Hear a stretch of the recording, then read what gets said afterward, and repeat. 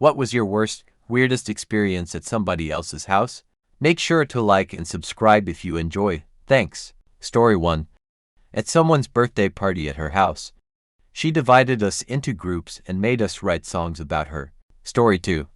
A buddy and I were walking down the street and noticed a drunk guy bothering a woman outside a store, and his balls were hanging out of his shorts. We stopped to help, and so does some guy in an army jacket. And after the cops come by to deal with the drink guy, army guy invites us over to have a beer. We were about 14 or so at the time. We said sure. Get to his apartment and he gives us a beer each, and shows us his big knife, tells us how to gouge out eyes, and how to shoot someone under the chin at the throat pointing up so if by chance they survive, they will be paralyzed. Then proceeds to demonstrate on me a choke move he was taught, which fucking hurt. My friend had the knife in hand just in case army guy didn't let go.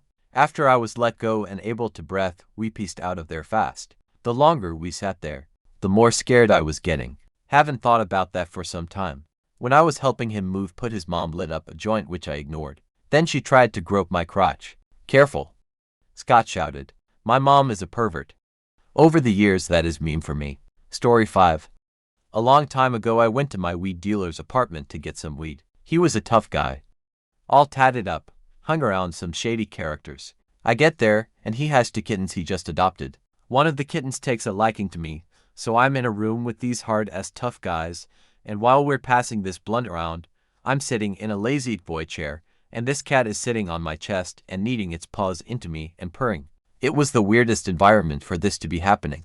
We came in and somebody started yelling and swearing at him from another room. For no reason and impromptu. Scary, threatening, and abusive sounding. It was his dad, and the dad didn't realize I was there. The kid was cool about it, just kind of, maybe we should just go for a walk. It was how cool the kid was that unnerved me. Just his day-to-day. Story 8.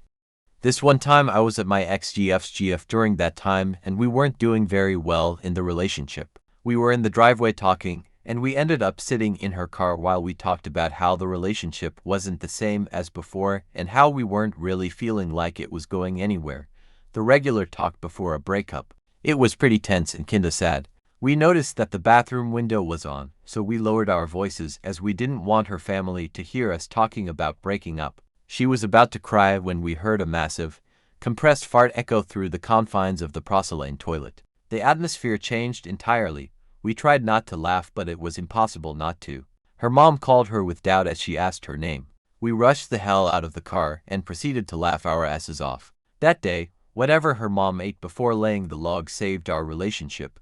We didn't break up until a few months later. We were minus 10 years old maybe. She just blew it off like it was nothing. A year later my mom banned me from sleeping over at my friend's house. She was still welcome at our house. I was secretly relieved because the vibe was weird over there for a million reasons. When I was an adult, my mom finally told me that the reason for the ban was because teachers suspected sexual abuse my mom taught at our school. I'm sure it got reported to CPS, but nothing came of it. Anyway, pretty sure the magazine I found that day was their version of bedtime stories. The husband and wife got into a very loud screaming match over whether to serve creamed corn or frozen corn.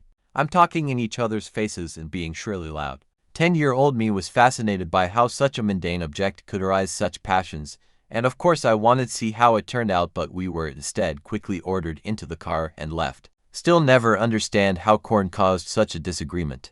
I found out later they got divorced. Story 11. When I was about 10, my cousins and I were at my grandma's house in Oklahoma. My uncle Rick came home drunk and my grandma started yelling at him and hitting him with a rolled-up magazine.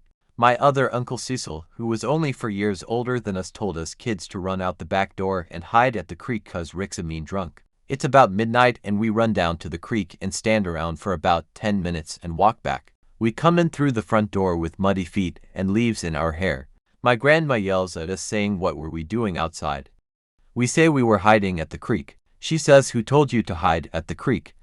We all point at Uncle Cecil, who was in the corner laughing. She starts beating him with a magazine and we all run to the bedroom and jump in bed and pull the covers over our heads until the fighting stopped. There was 5 other girls invited. After dinner we got settled in the lounge room to watch horror movies. Her parents came in and sat on the couch, took out 2 huge bongs, and got stoned. They started commentating the movie as we watched it, like it was a live sports event. This was the first time all us girls had seen drugs or been around someone on drugs. So weird. Birthday girl was so embarrassed. We never went back to her house for a sleepover after that one. Story 14. In college I drank way too much. One weekend a friend invited a group of us to go ice fishing and then stay the night at his parents' house.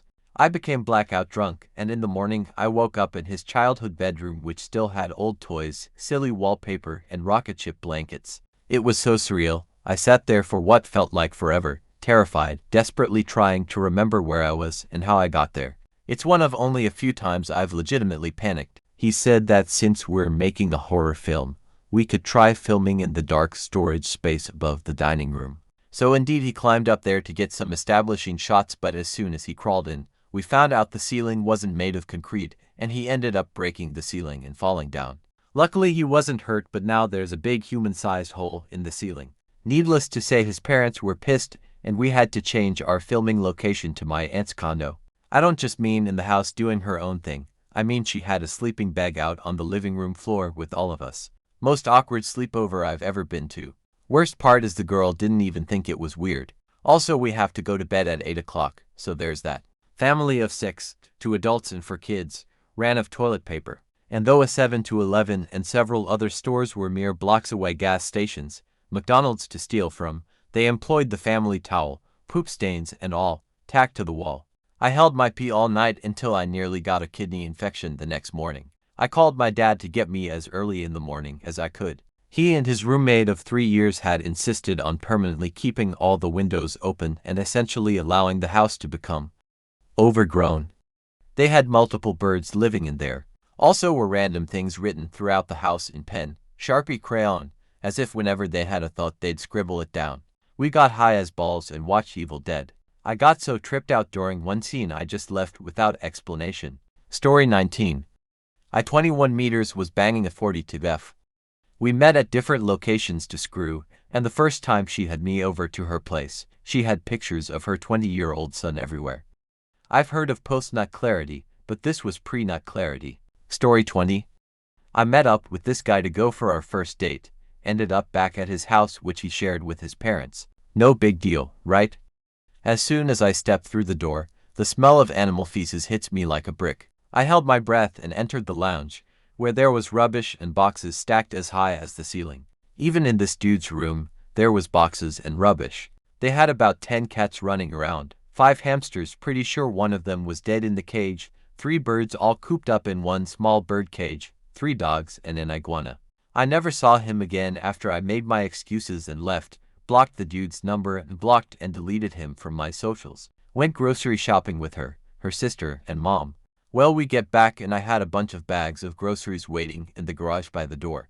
My friend said to just go in. I didn't want to because her dad was home and I didn't meet him yet. My friend insisted it was fine. I went in from the garage door, and when I looked in directly to the right in the kitchen, her dad was cooking something on the stove. In only his tidy witties. I don't remember which expletive he yelled, but I immediately went back out the way I came. I can only imagine the face I was making. Somehow, my friend convinced me to still stay the night.